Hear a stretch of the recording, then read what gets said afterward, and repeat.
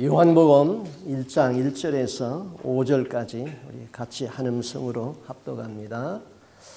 태초에 말씀이 계시니라. 이 말씀이 하나님과 함께 계셨으니 이 말씀은 곧 하나님이시니라. 그가 태초에 하나님과 함께 계셨고 만물이 그로 말미암아 지은 바 되었으니 지은 것이 하나도 그가 없이는 된 것이 없느니라. 그 안에 생명이 있었으니 이 생명은 사람들의 빛이라. 빛이 어두움에 비치되 어두움이 깨닫지 못하더라. 아멘. 우리 지난 주일에 요한복음을 다 읽으라고 숙제를 냈어요. 우리 영어로 일어서십시오 하는 것을 스탠드업 그러죠. 한국말로는 빨딱 일어나 그러죠. 근데 그 준말로 빨딱 업 그런 말도 있어요. 자, 우리 everybody 빨딱 업. everybody 빨딱 업. everybody 빨딱 업 서세요. 우리 일주일 동안 요한복음 다 읽으신 분은 앉으세요. 오, 많이 읽었네요. 아, 우리 권사님 연세가 94세 된 분도 다 읽으셨네요. 예. 이제 안 읽으신 분은 요한복음 1장은 다 읽으신 분은 앉으세요. 다 읽었습니다. 예. 감사해요. 감사해요. 예. 성경을 한 번 읽었을 때 느끼는 것은 성경 한 번 읽었다. 그것만 저에게는 남았었어요. 근데 제 경험으로 성경을 5번 이상 읽었을 적에 성경 안에 있는 이야기들을 어느 정도 이해할 수가 있었습니다. 그리고 성경은 계속 읽을 때마다 이 성령의 감동으로 기록되어진 성경이기 때문에 깨달는 것이 읽을 때마다 깨달아지고 계속 느끼고 회개하고 그럽니다. 그리고 전에는 설교를 하기 위해서 성경을 읽었어요. 지금은 내가 읽고 회개하고 그대로 실천하기 위해서 제가 성경을 읽습니다. 요한복음은 예수님의 제자 요한이 기록했습니다. 요한은 마태가 기록한 마태복음을 다 읽어보았습니다. 또 누가가 기록한 누가복음을 다 읽었습니다. 또 마가가 기록한 마가복음도 다 읽었습니다. 그런데 무엇인가 좀 빠진 것 같은 것을 느꼈습니다. 그래서 요한은 이 요한복음을 붓을 들어서 쓰기 시작했습니다. 그러므로 요한복음은 처음에 읽으면 참 어렵다 그런 느낌을 받습니다. 그러나 진리를 바로 아는 사람은 마치 헐걸 진주에서 발견한 듯이 기뻐합니다. 심오한 진리가 요한복음 속에 있는 것입니다. 요한이 요한복음을 기록한 목적을 이렇게 밝혔지요. 20장 30절 31절에 보면은 예수께서 제 아들 앞에서 이 책에 기록되지 아니한 다른 표적도 많이 행하였으니 오직 이것을 기록함은 요한복음을 기록하는 목적을 말해요. 너희로 예수께서 하나님의 아들 그리스도이심을 믿게 하려 하며 너희로 믿고 그 이름을 힘입어서 생명을 얻게 하려 함이라. 그러니까 요한복음을 기록한 목적이 둘인데 첫째는 예수가 그리스도다. 하나님의 아들 그리스도 되는 것을 믿게 함이고 두 번째는 예수의 이름으로 생명을 얻는 데까지 나가는 데 있다.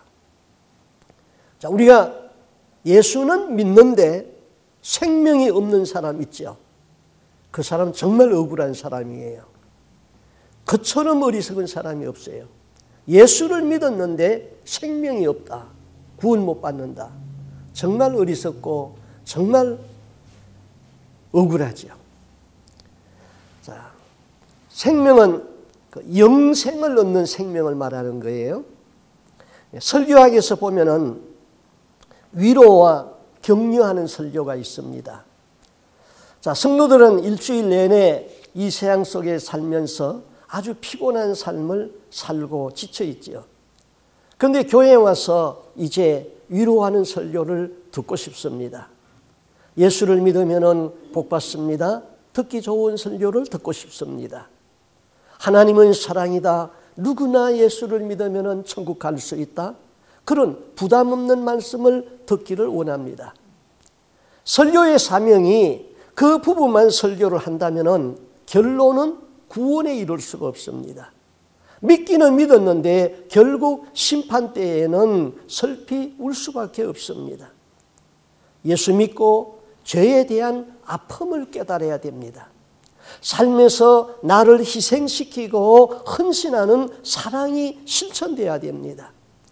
일주일 내내 세상 욕망을 쫓아 살다가 교회에 와서 위로와 격려하는 말씀만 듣고 돌아가겠다면 내 영혼에 심각한 문제가 생기게 됩니다.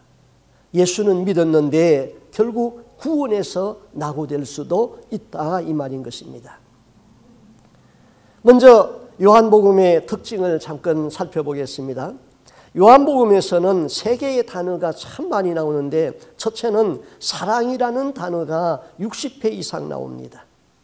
두 번째는 이 생명, 조회라는 명사가 35번 나오고, 그리고 생명을 갖다 혹은 산다 이런 동사가 15번 나와가지고 결국 50번 이상을 생명에 대하여서 강조를 하고 있습니다. 그리고 세 번째는 빛이라는 단어가 21번 쓰여져 있습니다. 그럼 생명은 저주와 죽음의 정반대가 생명이죠.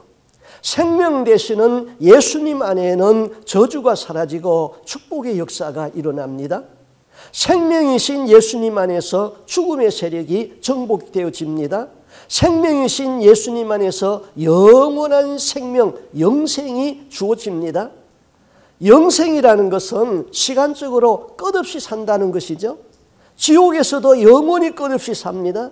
지옥에서는 마귀와 함께 영원히 끝없이 사는 거예요. 그러나 예수 안에 있는 생명은 마귀와 함께하는 영원한 생명이 아니고 하나님과 함께 누리게 될 천국에서의 영원한 생명을 사는 것이죠. 또 예수님은 빛이라는 말을 많이 썼습니다. 나는 세상의 빛이다. 예수님이 빛이라면 마귀는 어두움입니다. 어두움은 빛 가운데 들어오면 녹아 없어지죠. 마귀는 예수의 빛 가운데서는 녹아 없어지게 되어 있습니다.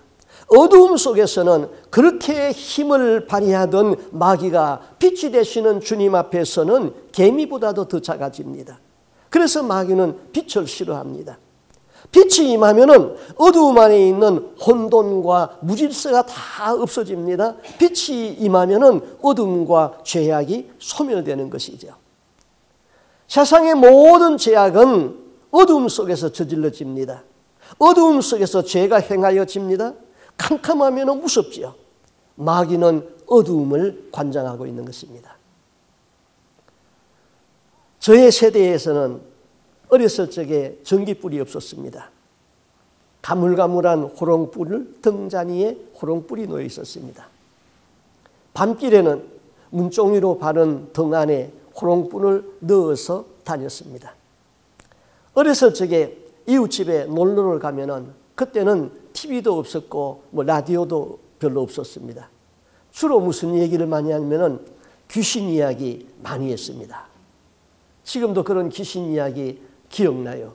구미호, 꼬리가 9개 달린 100년 묵은 여우 이야기, 도깨비 이야기, 또 드라큘라 귀신이 나타나가지고는 입에서는 피를 흘리고 손톱을 이만큼 길어가지고는 그런 머리를 풀어헤친 귀신이 나타나고,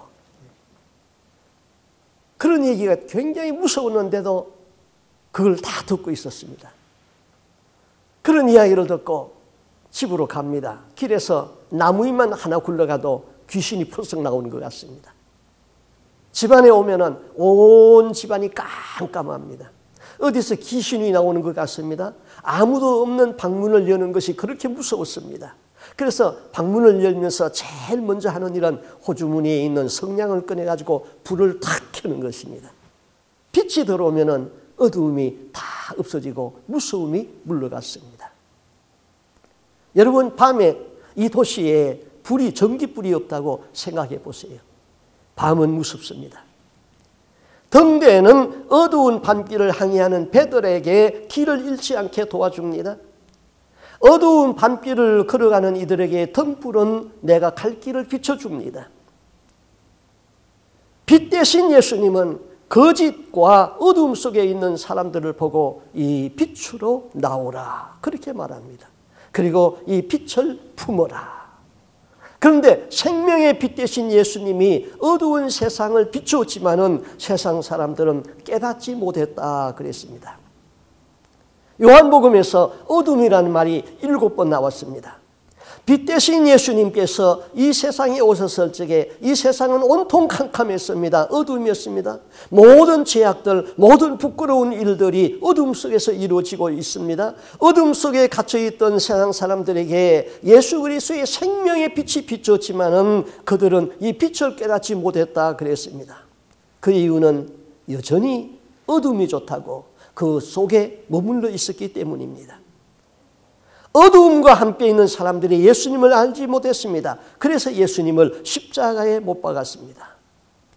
요한복음 8장 12절에서 예수님이 말하죠. 나는 세상의 빛이라. 나를 따르는 자는 어두움에 다니지 아니하고 생명의 빛을 얻으리라. 그리고 요한복음 12장 35절 이하에 아직 잠시 동안 빛이 너희 중에 있으니 빛이 있을 동안에 다니어 어두움에 붙잡히지 않게 하라. 어두움에 다니는 자는 그 가는 바를 알지 못하느니라. 너희에게 아직 빛이 있을 동안에 빛을 믿어라. 그러면은 빛의 아들이 되리라. 요한복음을 통해서 우리가 배울 수 있는 것은 하나님은 사랑이시다. 하나님이 세상을 이처럼 사랑해서 독생자를 주셨다. 독생자 안에는 영원한 생명이 있다. 예수는 세상의 빛이 되신다. 세상은 어둡지만은 참 빛이 되시는 예수가 내 안에 들어오고 빛이 내 안에 들어오면은 내가 빛의 아들이 된다. 그리고 빛의 나라 천국에서 영원히 함께 살자. 그것이 요한복음의 주된 메시지였습니다. 요한복음에서는 예수님이 나는 하나님이다. 이것을 7번을 이렇게 강조를 했습니다. 나는 무엇이다. 나는 생명의 떡이다. I am the bread of God, of life. 우리가 영원히 살려면 생명의 떡 대신 예수를 먹어야 됩니다. 두 번째, 나는 세상의 빛이다. I am the light of the world. 어두움에 거하는 자는 이 빛 가운데 들어갈 수가 없습니다. 빛의 자녀가 되어야지 그 나라에 갈 수가 있습니다. 세 번째, 예수님은 나는 양의 문이다. I am the gate for the sheep. 너희가 구원의 문으로 들어오기를 원한다면 내가 양의 문이다. 이 문으로 들어가지 않는 자는 다 절도요 강도다 그랬습니다. 네 번째, 예수님 말씀했죠. 나는 선한 목자다. I am the good shepherd. 내가 양이라면은 목자 되시는 예수님께 나가 그 앞에 양으로 돌아가야 되죠. 염소가 되면은 안 된다 이거죠. 다섯 번째 말하기를 내가 부활이요 생명이다 그랬습니다. I am the resurrection and the life. 우리가 생명의 부활로 나와서 영생에 참여하려면은 내 안에 영생하는 생명의 부활이 내 생명이 있어야 되는 것이죠. 여섯 번째 말하기를 내가 길이요 진리요 생명이다. I am the way. I am the truth. I am the life. 천국에 가는 길은 오직 예수만이 길이고 예수만이 진리고 예수만이 생명이다. 예수 외에 다른 길이 없다. 일곱 번째 말하기를 내가 참 포도나무다. I am the true vine. 열매 맺는 자가 천국에 들어가는데 열매를 맺기를 원한다면 참 포도나무가 되시는 예수에게 붙어 있어야 된다. 그래서 포도나무의 수액을 받아야 된다. 가지가 포도나무에 붙어 있지 아니하면 떨어져서 말라서 지옥불에 던져진다. 예수님은 나는 무엇이다 이렇게 7번을 강조했습니다. 또 요한복음에서는 예수님이 하나님 되시는 예수님의 신성을 강조했습니다. 복음서의 특징이 다 있습니다. 마태복음은 예수님이 왕의 족보를 타고 온 만왕의 왕이시다. 그걸 기록했습니다. 마가복음에서는 예수님은 밥 먹을 시간도 없이 쉴 시간도 없이 무던히 바쁘시게 일하셨다. 그래서 마가복음은 예수는 섬기는 종으로 오신 예수님을 소개했습니다. 누가복음에서는 예수님의 어린 시절을 소개했습니다. 그리고 그분은 완전한 사람이 되셨다. 인자 예수를 소개했습니다. 그런데 요한복음은 태초부터 계신 하나님이셨다. 예수님은 하나님이라는 것을 증거했습니다. 그 1장 1절에 태초에 말씀이 계셨으니 이 말씀은 곧 하나님이시라. 영원 전부터 그분은 말씀으로 존재하신 하나님이었다는 것이죠. 오늘날 여호와 증인에서는 여호와 증인의 시조라고 말할 수 있는 아리우스라는 사람이 예수와 하나님을 분리시켰습니다. 그리고 예수는 하나님보다 조금 낮은 단계의 존재라고 설명했습니다. 여호와 증인에서는 예수는 여호와 하나님으로부터 유출된 존재로서 여호와가 참 하나님이고 예수는 여호와로부터 유출된 피조물로서의 신, 그런 존재로 믿었습니다. 이런 설을 주장하는 사람을 우리는 아리우스주의다 그렇게 말합니다. 여호와 증인에서는 하나님이 둘이지요.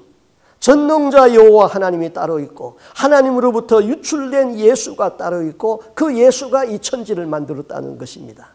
이들은 창조주요 전능자인 예수를 하나님 여호와가 만들어낸 피조물로 믿고 있으니까 그들은 구원받을 수가 없습니다. 우리가 믿는 신앙은 하나님은 한 분입니다.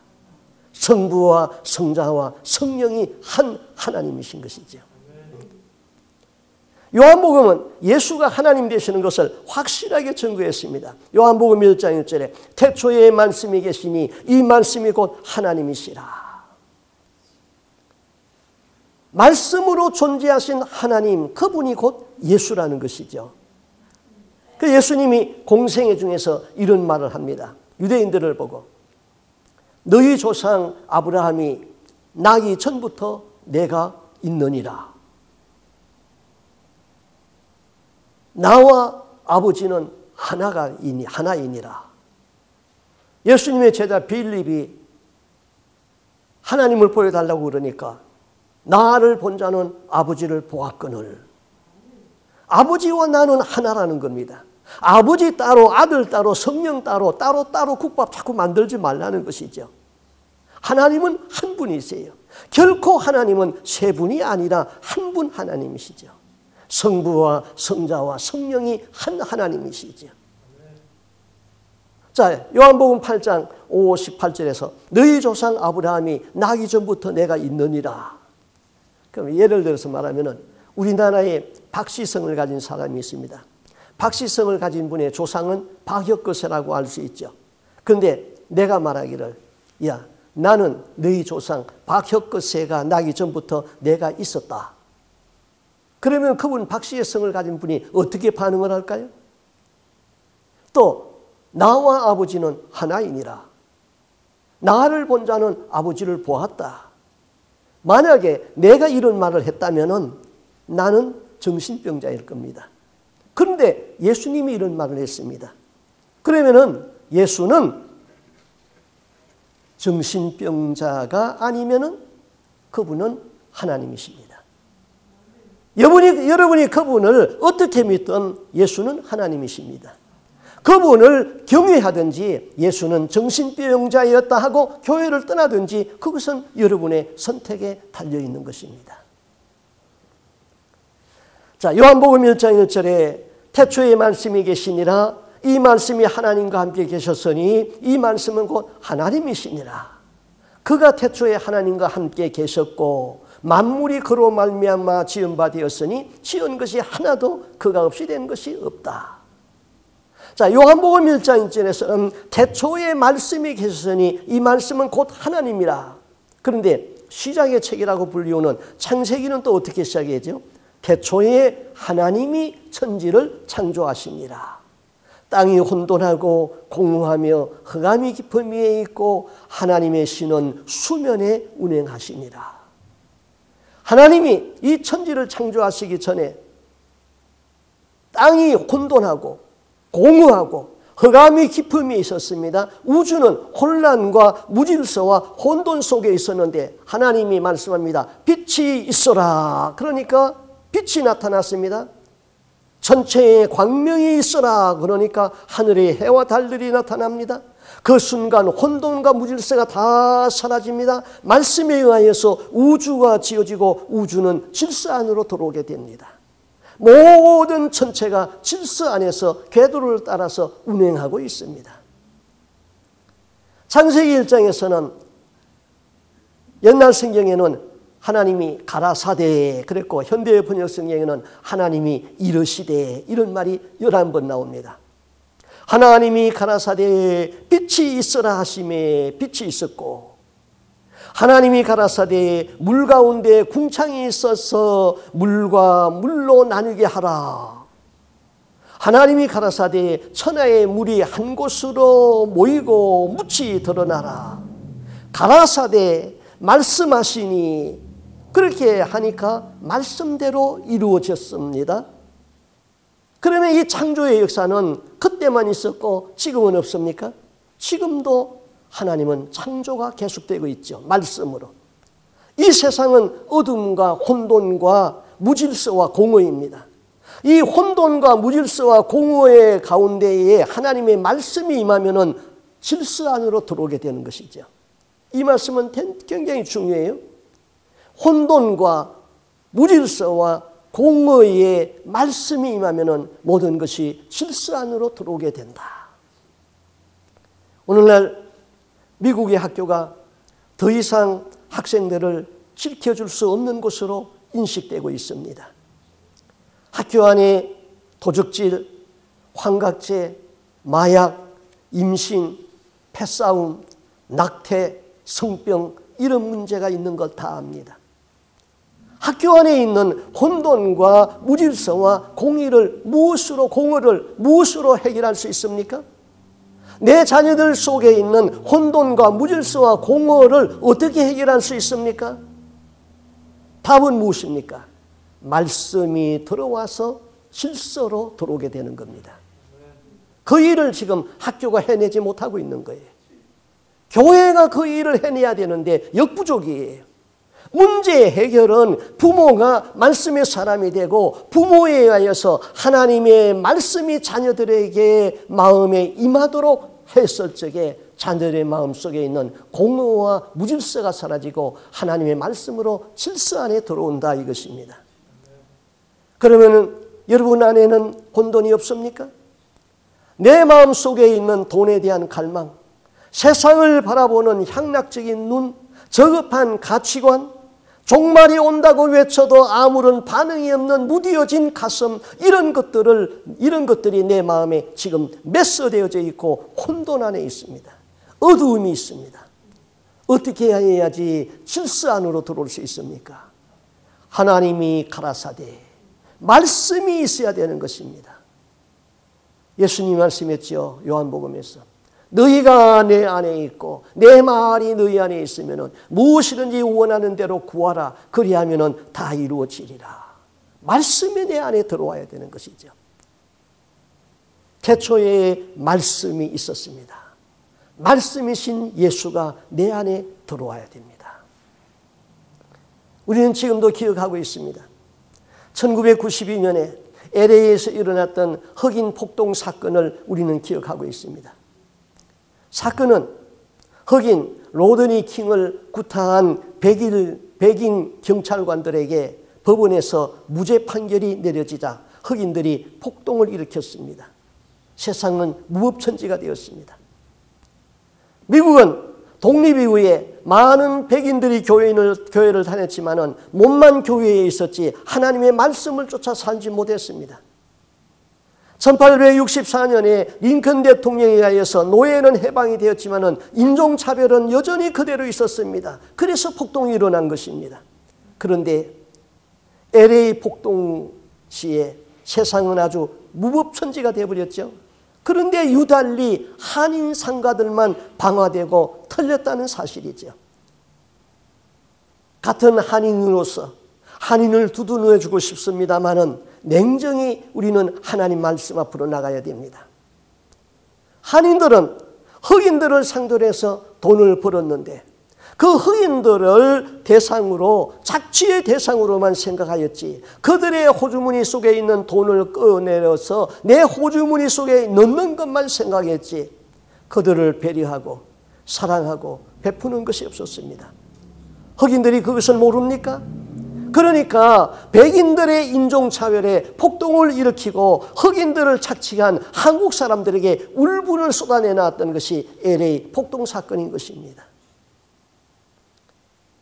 제가 아는 분이 있었습니다. 이분은 흑인을 고용했습니다. 흑인이 주인을 신뢰하고 열심히 일했습니다.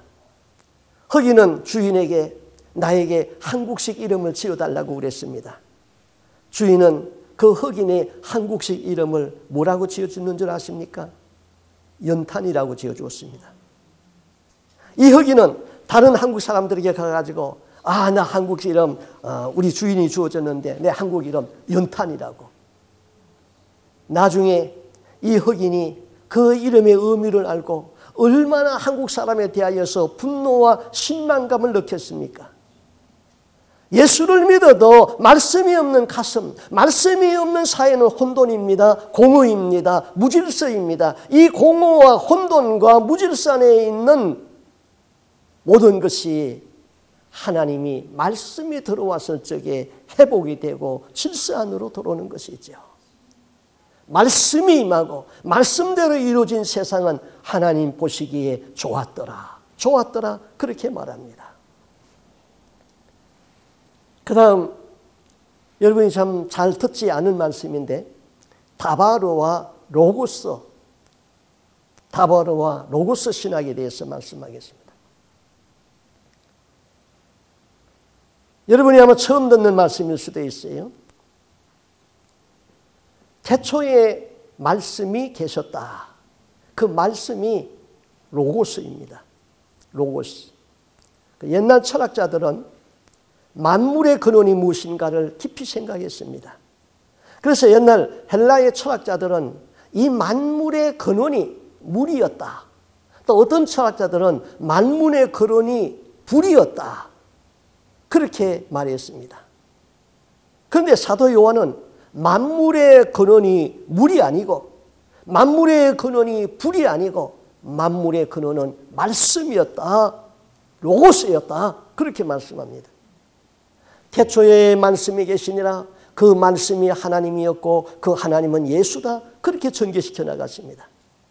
여기서 히브리어로 말씀은 다바르이고 다바르, 헬라어로는 로고스입니다.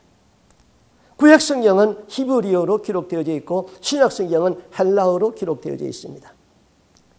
한국어 성경은 태초에 말씀이 있었다 그랬습니다.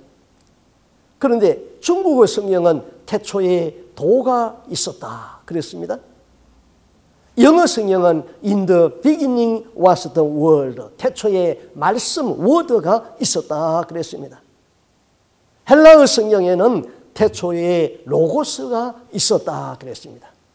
이 로고스 기독론 때문에 요한복음은 시작에서부터 이 이야기가 참 어려운 책으로 정평이 나 있습니다. 예수님이 부활 승천하신 후에 한 30년 지나가지고 기독교가 유대 지경을 넘어서 소아시아와 그리스와 로마에까지 전파되기 시작했습니다. 복음은 유대인의 장벽을 넘어서 이방인들 지역에까지 이제 전포되었습니다. 요한은 고민했습니다. 이 히람 문명권에서 자란 사람들, 이방인 기독교들에게 어떻게 예수가 하나님이라는 것을 이해시킬 수 있을까? 이방인 헬라인들은 메시아다, 구세주다 이런 말 자체를 들어본 일이 없었습니다. 예수가 곧 하나님이시다, 이것을 어떻게 사람들에게 전할 수 있을까? 히브리어로 기록되어진 구약성경에서 하나님의 말씀은 다바르인데 태초에 하나님이 말씀 다바르로 천지를 창조하셨습니다. 유대인들이 이해하는 그 다바르 말씀은 단순한 소리가 아닙니다. 유대인들에게 다바르 말씀하면은 그 말씀은 창조력이 있었고 생명이 있고 지혜가 있었습니다. 단순히 소리가 아닌 생명을 창조하고 살리는 놀라운 힘이 그 말씀 안에 있었습니다. 히브리어는 어휘가 많지 않습니다. 단어가 많다는 것은 수식어가 결국 많다는 것이죠. 성경은 많은 수식어를 사용하지 않습니다. 왠지 모르지만은 진실성이 약해집니다. 그래서 문학에서는 수식어가 많은 문장을 창녀 같다, 그렇게 표현을 합니다. 내용은 빈약한데 수식으로만 화장을 한 것을 창녀라고 합니다. 히브리어는 단어가 많지 않은 것이 특징이지만은 하나님은 구원에 필요한 모든 것을 다 주셨습니다. 그래서 성경은 어린 아이들이 읽어도 깨달을 수 있고 노인이 읽어도 깨달을 수 있고 공부를 못한 사람도 깨달을 수 있고 공부를 많이 한 사람도 깨달을 수 있습니다. 필요한 단어를 필요한 곳에 사용했고 거기에 하나님의 영감을 불어넣어서 성령의 감동으로 기록되었기 때문이죠. 유대인들은 말씀 다바르를 하나님으로 믿었습니다. 하나님께서 우주를 말씀으로 창조하셨고 말씀과 창조주 하나님을 동격으로 이해했습니다. 우리가 창세기 27장을 보면은 그 야곱과 에서의 이야기가 나오죠. 이삭이 그의 아들 에서에게 이렇게 말합니다. 너는 사냥꾼이니까 사냥을 해서 별미를 만들어 와서 나로 맛있게 먹고 너를 축복하게 하라. 그래서 에서가 사냥을 나갔습니다. 그런데 리브가가 그 말을 듣고 야곱을 불렀습니다. 아버지가 에서에게 여차여차하게 이야기했다. 그 다음 말이 굉장히 중요해요. 아버지가 여호와 앞에서 너에게 축복하게 하라. 여호와 앞에서 하나님의 이름으로 비는 복입니다. 그때 아버지 이삭의 말은 곧 능력입니다. 성취입니다. 그 말한 대로 이루어지는 것입니다. 야곱은 염소 새끼를 잡아가지고 어머니가 요리해주는 별미를 가지고 아버지 앞에 갑니다. 아버지, 사냥을 해가지고 왔습니다. 맛있게 드시고 축복해 주십시오. 네 음성을 들으니까 야곱의 음성이다. 내가 어디 한번 만져봐야 되겠다.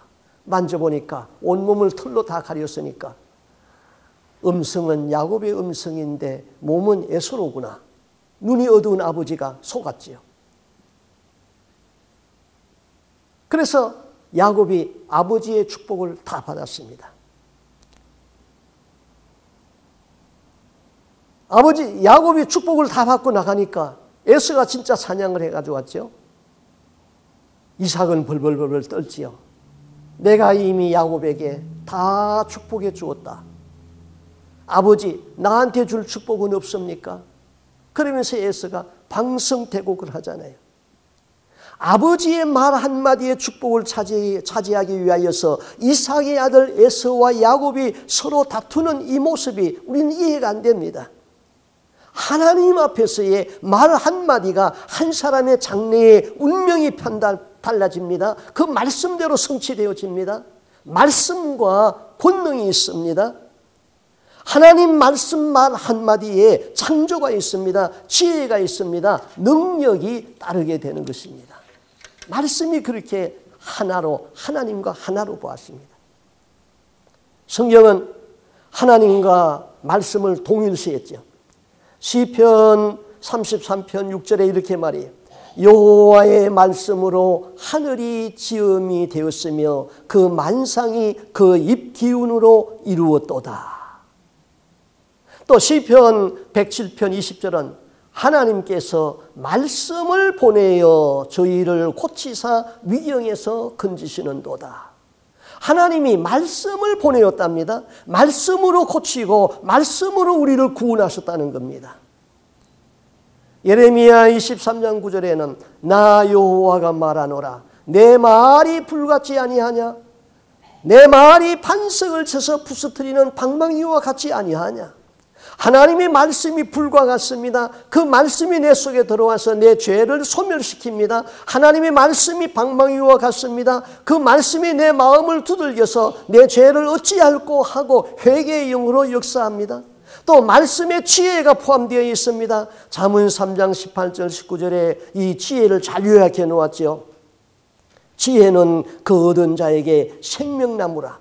지혜를 가진 자는 복되도다. 여호와께서는 지혜로 땅을 세우셨으며 명철로 굳게 펴셨고. 하나님의 말씀이 지혜고 그 지혜는 곧 하나님이라는 것이죠. 그 지혜는 빛과 생명을 주는 힘이 있었고 지혜는 영원히 존재하는 하나님의 속성이었습니다. 요한이 지금 고민했던 것은 이 말씀, 이 다바르 개념이 없었던 히랍인들에게 예수에 대하여서 어떻게 가르칠까, 어떻게 소개할까 고민했습니다. 말씀은 생명이 있고 능력이 있고 지혜가 있다. 하나님은 말씀으로 존재하였고 말씀으로 천지를 창조하였다. 그 말씀이 히브리의 다바르입니다. 히브리의 말씀은 단순한 소리가 나는 그 음성이 아니라 말씀은 우주 만물을 창조하시고 사람에게 생명과 빛을 주어서 살리시고 새롭게 하는 위대한 능력을 가졌습니다. 어둠과 죄악을 몰아내고 빛과 구원을 가져주는 하나님의 지혜가 다바르 말씀인 것입니다. 그런데 사도 요한은 그 다바르라는 말씀을 히랍어로 로고스라는 단어를 선택합니다. 헬라 사람들은 생각하기를 말은 단순한 언어 이상의 의미를 가지고 있었습니다. 그래서 말이 내 안에 있으면 사상이고 그 말이 입으로 나오면 언어이고 그 말이 움직이면 행동이라고 생각했습니다. 요한이 요한복음을 에베소에서 썼다고 학자들이 봅니다. 그런데 이 에베소에서 활동했던 유명한 히랍의 철학자 한 사람이 있었습니다. 헤라클레티우스입니다. 이 사람이 주전 560년경부터 이 로고스라는 말을 사용했습니다. 헤라클레티우스는 온 세상 만물이 끊임없이 움직이는 것을 보았습니다. 이를 입증하기 위하여서 그가 사용한 이런 유명한 예화가 있습니다. 사람이 똑같은 강물에 두 번 빠지는 것은 불가능하다. 자, 한 사람이 강물에 빠졌다가 다시 나왔습니다. 그리고 두 번째 강물에 빠졌습니다. 그런데 두 번째 빠진 강물은 첫 번째 강물과 다르다는 것입니다. 왜냐하면 첫 번째 강물은 다 흘러갔다는 것이죠. 그리고 새로운 강물이 또 들어왔다는 것이죠. 그래서 똑같은 강물에 두 번 들어갈 수가 없다. 그러면은 만물이 왜 이와 같이 끝없는 변화와 순환 속에 있는 것일까? 헤라클레토스는 만물이 끝없이 유동성 속에 놓여 있는 것은 우연이 아니다. 그 배후에 조절하는 어떤 궁극적인 힘이 있다. 그 힘이 바로 로고스라고 보았습니다. 헤라클레토스 이후에 히랍 사람들은 로고스가 만물의 에너지의 생명이 된다고 보았습니다. 그러므로 히랍인들에게 로고스는 하나님의 말씀이나 지혜와 똑같은 성질을 가졌다고 보았습니다. 그래서 요한은 히랍인들에게 로고스가 바로 예수였다. 그렇게 증거하는 것이죠. 요한은 예수님을 그냥 로고스라고 말하지 아니고 로고스가 육신이 되었다. 성육신했다 그랬습니다. 로고스로 계시던 하나님이 육신의 몸을 입고 사람의 몸을 입고 이 세상에 오셨는데 그분이 예수다. 이렇게 증거했습니다. 만물의 근원이요 생명이요 지혜의 근본이신 하늘의 로고스가 사람의 몸을 입고 이 세상에 오신 분이 예수다. 그래서 태초 이렇게 요한복음 1장 이렇게 시작하죠. 태초에 말씀이 계시니라. 이 말씀이 하나님과 함께 계셨으니 이 말씀은 곧 하나님이시라. 그가 태초에 하나님과 함께 계셨고 만물이 그로 말미암아 지은 바 되었으니 지은 것이 하나도 그가 없이 된 것이 없느니라. 그 안에 생명이 있었으니 이 생명은 사람들의 빛이라. 빛이 어두움에 빛이 돼 어두움이 깨닫지 못하더라. 이제 이해할 수 있습니다. 자, 이 말씀은 예수. 태초에 말씀이 있었다. 이는 국문학에서 주격조사지요. 현대어로 고친다면 가나 너니나 되겠죠. 그러면 그는 누구예요? 예수지요. 그가 태초에 하나님과 함께 계셨고 그는 예수죠. 우리 고등학교에서 수학을 배웠잖아요. 수학에서 대입법이라는 것이 있잖아요. 이 말씀에다가 그는 예수를 대입하고 말씀 이는 주격수니까 가로 고치고 그 다음에 말씀은 예수고 한번 대입해서 한번 읽어보겠습니다. 우리 파워포인트를 보겠어요. 자, 틀리지 아니하고 똑같이 저기 태초에 말씀이 계시니라. 근데 말씀은 예수고 예수 이는 가니까 예수가 계시니라. 이 말씀이 이 예수가 하나님과 함께 계셨으니 이 말씀은 이 예수는 곧 하나님이시라. 이런 식으로 대입을 해가지고 1장 1절에서 5절까지 틀리지 않고 우리 한번 같이 읽어보겠습니다. 시작. 태초에 다시 태초에 예수가 계시니라. 이 예수는 하나님과 함께 계셨으니 이 예수는 곧 하나님이시니라. 예수가 태초에 하나님과 함께 계셨고 만물이 예수로 말미암아 지은 바 되었으니 지은 것이 하나도 예수가 없이는 된 것이 없느니라. 예수 안에 생명이 있었으니 이 생명은 사람들의 빛이라. 빛이 어두움에 빛이 돼 어두움이 깨닫지 못하더라. 기도하겠습니다. 주님, 말씀으로 천지를 창조하신 주여, 말씀을 보내어서 우리를 고치시고 우리를 구원하시는 주님을 믿습니다. 오늘 우리에게 말씀으로 임재하여 주시옵소서. 너희가 내 안에 있고 내 말이 너희 안에 있으면 무엇이든지 원하는 대로 구하라 다 이루어지리라 말씀하신 주여, 우리가 예수님 안에 있습니다. 이제 말씀으로 임재하여 주시옵소서. 흑암과 공허와 무질서로 매스된 우리의 마음에 말씀이 임하여 주옵소서. 저급한 가치관에 살고 있는 우리에게 진리로 말씀하여 주시옵소서. 어두움으로 덮여진 내 마음에 빛으로 임재하여 주시옵소서. 어두움의 영으로 일하는 마귀의 세력이 빛 가운데서는 다 어둠이 녹아지고 물러가는 것을 압니다. 주여, 우리 가운데 빛으로 임재하여 주시고 빛의 아들이 되고 빛의 권능으로 마귀의 어둠을 물리칠 수 있는 예수 이름의 능력으로 말씀의 권능으로 우리에게 임재하여 주시옵소서. 우리의 가슴이 세상으로 인하여서 어두워지지 아니하도록 도와주시고 우리들의 자녀들의 가슴 속에 혼돈이 하나님의 말씀이 임하일지에 질서로 돌아오게 하여 주시옵시고 말씀의 자녀들이 다 되게 하여 주시옵소서. 말씀과 함께 어두운 세상을 등불로 살아가는 저희들의 삶이 되기를 소원하옵고 예수님 이름으로 기도하옵나이다. 아멘.